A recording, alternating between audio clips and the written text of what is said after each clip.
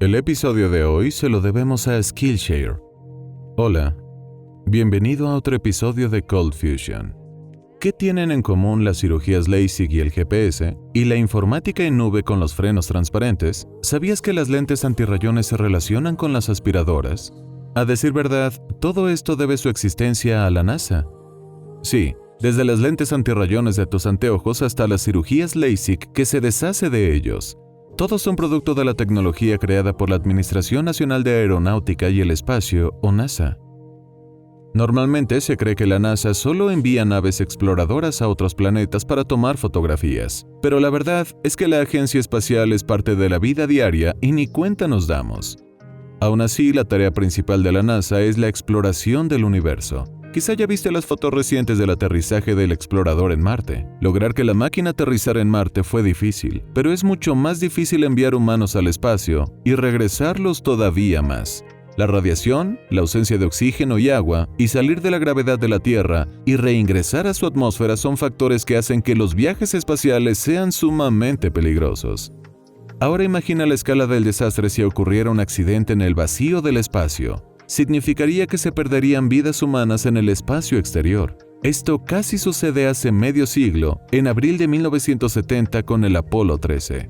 Lo que siguió, sin embargo, fue una maravillosa historia de determinación humana, de resolución imparable, de innovación al momento y de perseverancia inquebrantable. Fue una historia verdadera comparable solo con un thriller de ciencia ficción. Estás viendo Cold Fusion TV.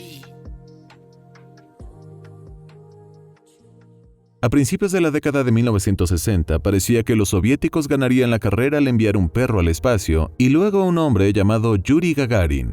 El presidente de Estados Unidos, John F. Kennedy, retó a su país a enviar un hombre a la Luna a finales de la década. El sueño se cumplió cuando Neil Armstrong pisó la Luna el 20 de julio de 1969 en la misión Apolo 11. Ya se habían enviado las misiones 7, 8, 9 y 10, pero ninguna había puesto a un hombre sobre la superficie lunar. Con el Apolo 13, la NASA quería poner hombres en el cráter Framauro de la Luna. Es un sitio de aterrizaje geológicamente más escarpado formado, según se cree, por el impacto de un asteroide. Para la misión del Apolo 13 decidieron dividir la nave en 3 partes. El módulo de comando en forma de cono donde los hombres pasarían casi todo el viaje, el módulo lunar parecido a una araña que llevaría a 2 hombres a la Luna, y el módulo de servicio, una gran nave cilíndrica que llevaba los motores principales y los tanques de oxígeno. Durante la misión, el módulo de servicio orbitaría la Luna y se reuniría con la cápsula que se habría despegado del módulo lunar tras la caminata lunar. Todo debía estar muy bien sincronizado y 2 computadoras guía a bordo se encargarían de ello, una en el módulo de comando y la otra en el módulo lunar. Tal como las misiones Apolo previas, la tripulación sería de 3 hombres. El comandante era James Lovell, padre de 4 y con mucha experiencia. El piloto del módulo de comando era John Swigert, un piloto de última hora porque al otro astronauta le dio rubeola. El piloto del módulo lunar era Fred Hayes, un novato que dejaba una esposa y 3 hijos en la Tierra. Para hacer una misión tan interesante, a nadie parecía importarle mucho cuando el Apolo 13 despegó a las 2:37 de la tarde, hora del este, el 11 de abril de 1970. En 3 días y medio el trío estaría en la Luna. Quizá tras las últimas misiones Apolo, caminar en la Luna sería como caminar por el parque. De hecho, los principales canales de televisión no transmitieron el viaje en vivo de la tripulación hacia la Luna.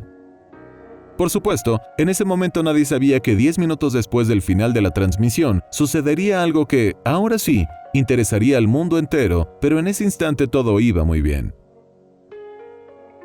Mientras viajaban a 40.000 km por hora, la tripulación dio una vuelta de 180 grados para acoplar el módulo lunar y abandonar el cohete principal de camino a la Luna. Todo iba muy bien. Cito, «Nos morimos de aburrimiento», dijo Joe, el comunicador de la cápsula a las 46 horas 48 minutos. Pero la tripulación no sabía que a unos metros bajo sus asientos habían unos cables agrietados cerca de un tanque de oxígeno flamable. A las 55 horas 46 minutos, la tripulación terminaba una transmisión para la tele donde Fred Hayes, el novato, les hizo unas bromas a sus compañeros. Su favorita era empujar la válvula de represurización que hacía mucho ruido. Ya estaban a 322.000 kilómetros de la Tierra, 4/5 partes del camino hacia la Luna. Jack encendió los ventiladores para mover los tanques de oxígeno 1 y 2 del módulo de servicio, pero todos los cables agrietados quedaron expuestos.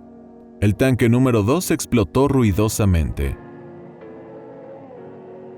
Se miraron unos a otros creyendo que Hayes les jugaba otra broma, pero Fred estaba igual de asombrado que los otros dos. En ese momento se encendieron la alarma maestra y una advertencia de falla de la energía eléctrica. Houston, tenemos un problema. Fueron las famosas palabras que el comandante James Lovell reportó al control de la misión. Mientras tanto, en la Tierra, el control de misión no podía creer lo que veía.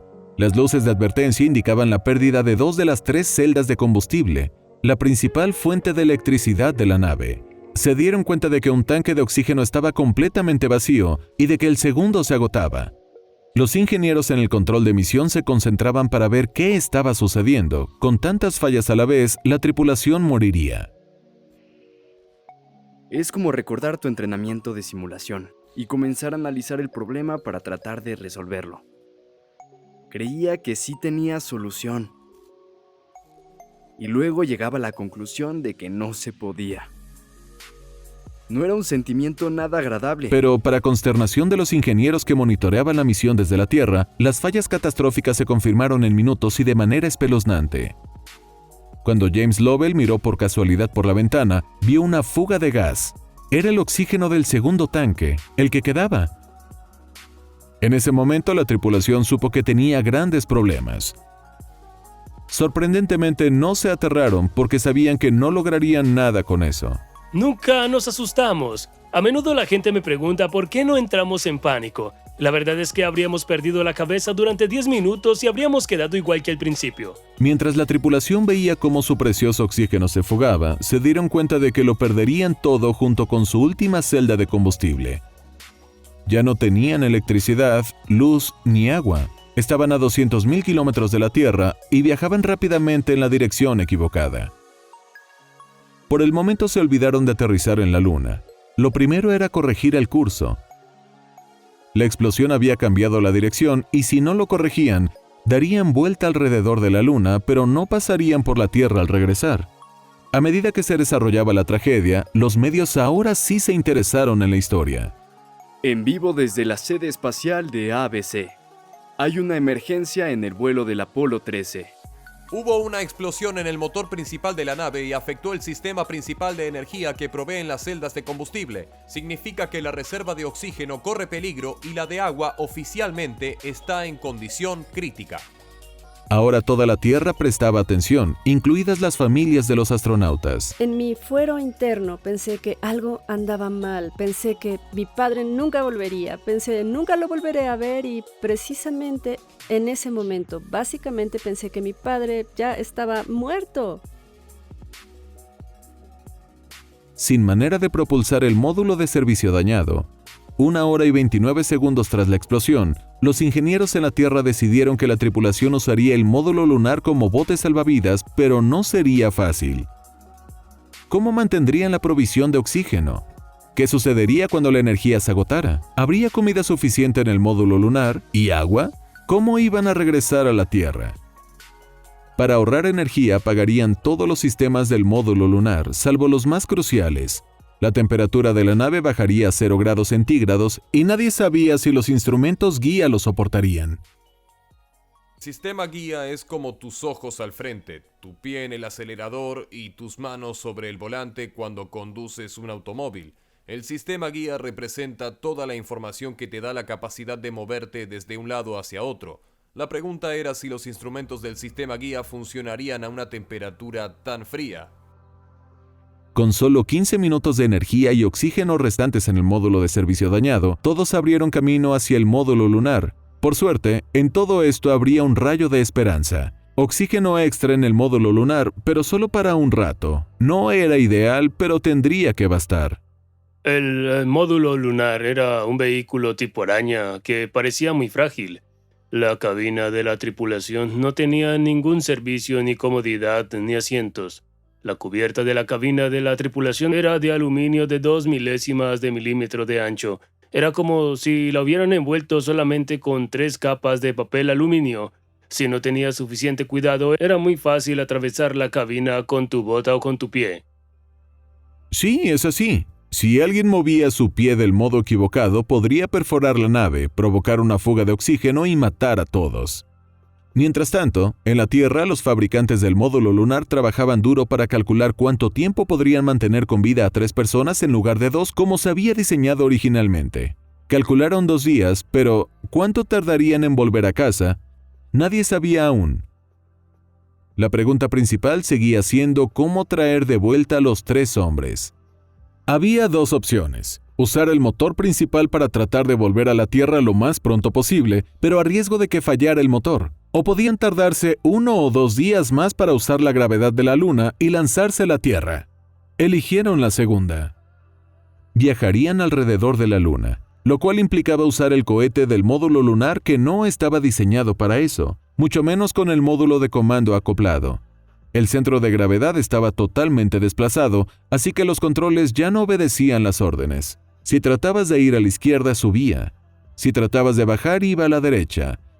Era como volar un jet de combate al que le habían cambiado las etiquetas de control, pero no había de otra más que intentar.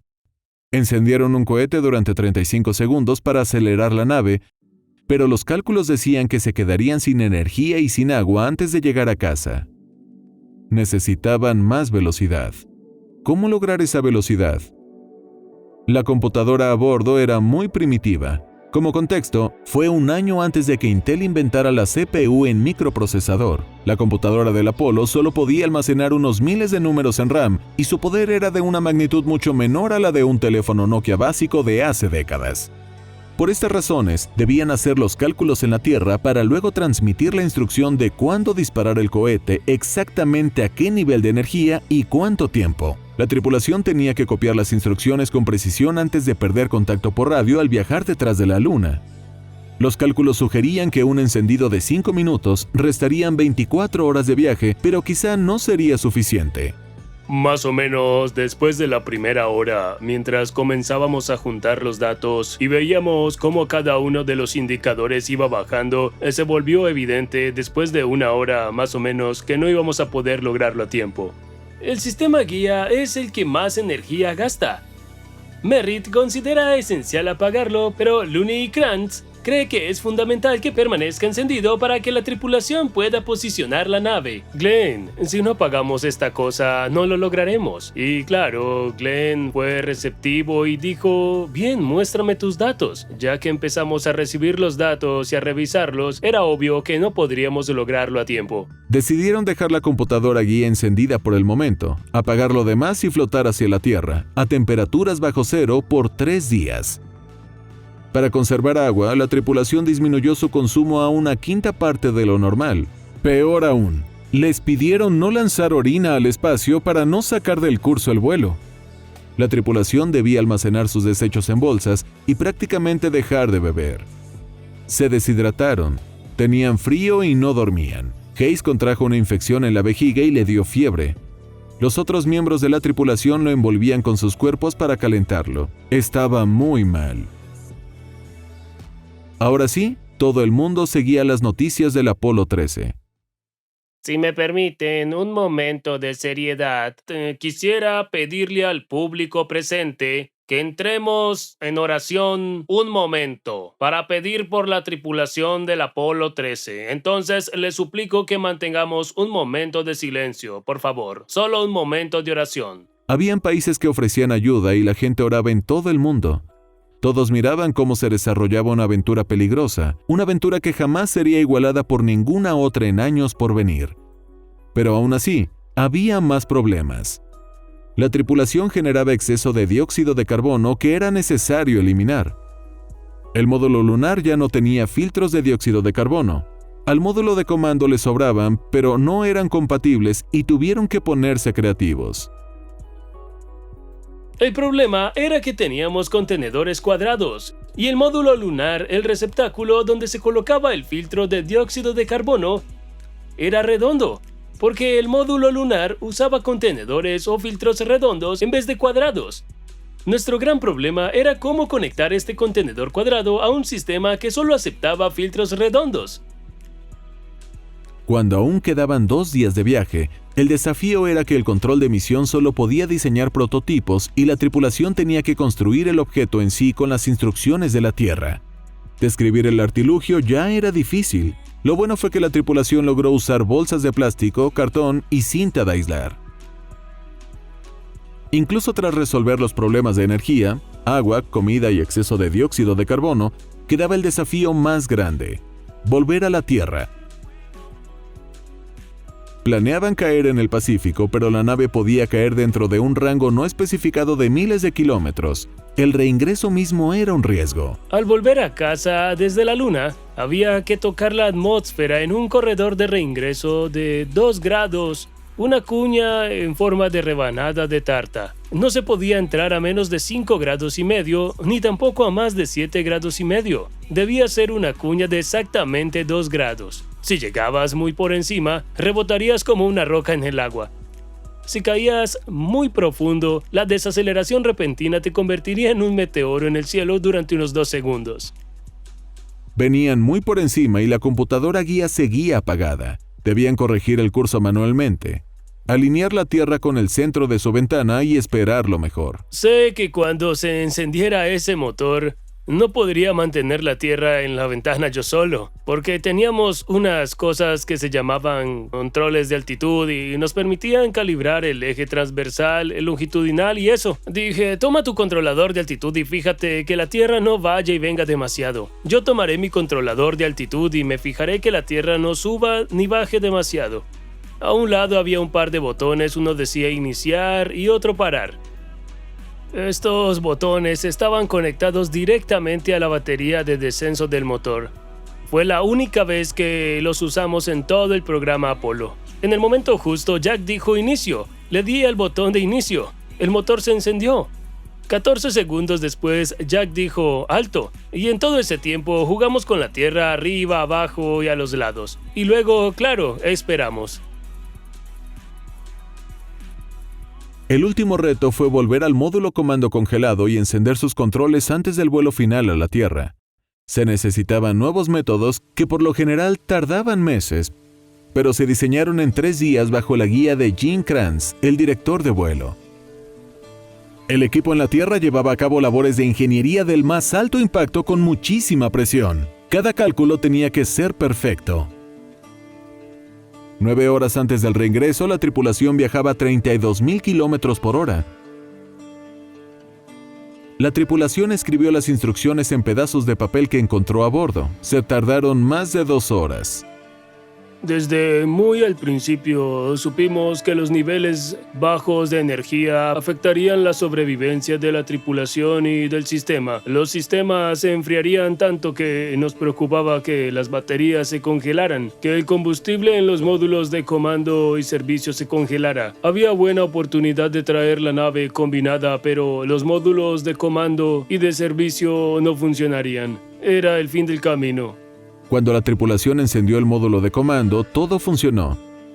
Los componentes resistieron el frío más allá del límite de su diseño. La tripulación se deshizo del módulo de servicio. A medida que el módulo de servicio se alejaba, pudieron ver el verdadero alcance del daño. La explosión había destruido el flanco, pero había otro riesgo, y era que la explosión hubiera afectado el escudo térmico. Si estaba dañado de algún modo, era muy probable que se quemaran en la atmósfera.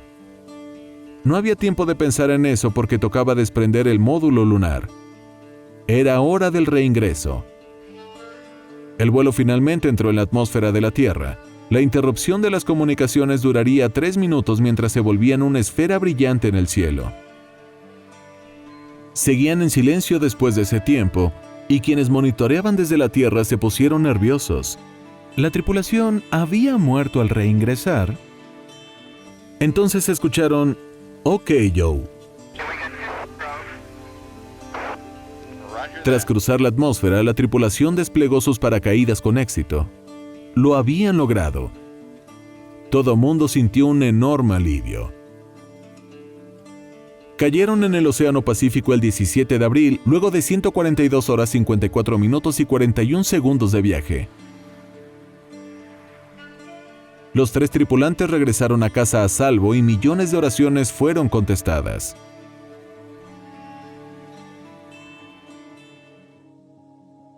La Junta de Revisión del Apolo 13 investigó el desastre y descubrió un cortocircuito al modificar el primer tanque de combustible para que cupiera en el Apolo 13. Los voltajes de los calentadores de los tanques de oxígeno subieron de 28 a 65 voltios de corriente directa, pero no ajustaron los interruptores termostáticos. La última prueba en la plataforma de lanzamiento dañó el aislamiento del teflón del tanque y aumentó el riesgo de cortocircuito. El módulo de comando está en el Cosmosphere y Centro Espacial de Kansas. Se cree que el módulo lunar se quemó al entrar en la atmósfera. La tripulación no logró aterrizar nuevamente en la Luna, pero James Lovell fue el primer astronauta en viajar 2 veces a la Luna.